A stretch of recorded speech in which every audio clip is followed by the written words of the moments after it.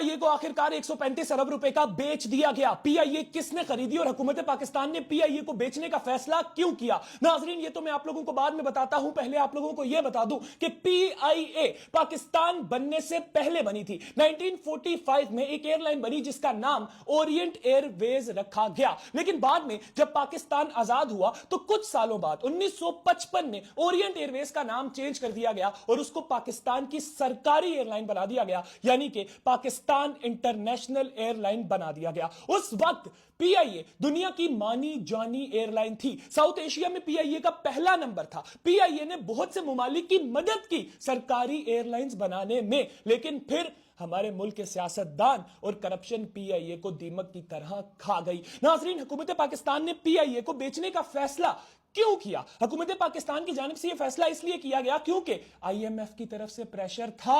यह बात तो आप सभी जानते हैं कि हुकूमत पाकिस्तान IMF से कर्जा लेती है, तो IMF की जानिब से पाकिस्तान को यह बोला गया है कि हम आपको कर्जा तब देंगे जब आप अपने मुल्क के अंदर मौजूद सरकारी इदारों के नुकसानात को कम करोगे। हुकूमत पाकिस्तान के मुताबिक PIA की वजह से पाकिस्तान की हुकूमत को बहुत ज्यादा नुकसान हो रहा था, पाकिस्तान के कौमी खजाने को बहुत ज्यादा नुकसान हो रहा था। इसके अलावा PIA के जहाज भी बहुत पुराने थे, उनकी मेंटेनेंस में भी बहुत खर्चा आता था। इसके अलावा स्टाफ बहुत ज्यादा था, इतने स्टाफ की जरूरत नहीं थी जितनी ज्यादा भर्तियां की हुई थी। नाजरीन, आज बिडिंग हुई। बिडिंग में यह होना था कि जिसने ज्यादा पैसे लगाने थे उसने PIA को ले जाना था। हमारी इतलात के मुताबिक आरिफ हबीब ग्रुप की जानिब से 135 अरब रुपए की बोली लगाई गई, जो कि सबसे ज्यादा बोली थी, और 75% शेयर्स PIA के आरिफ हबीब ग्रुप को बेच दिए गए। अब आरिफ हबीब ग्रुप के पास कुछ वक्त है कि वो सोच लें कि क्या वो बकाया 25% PIA के शेयर्स भी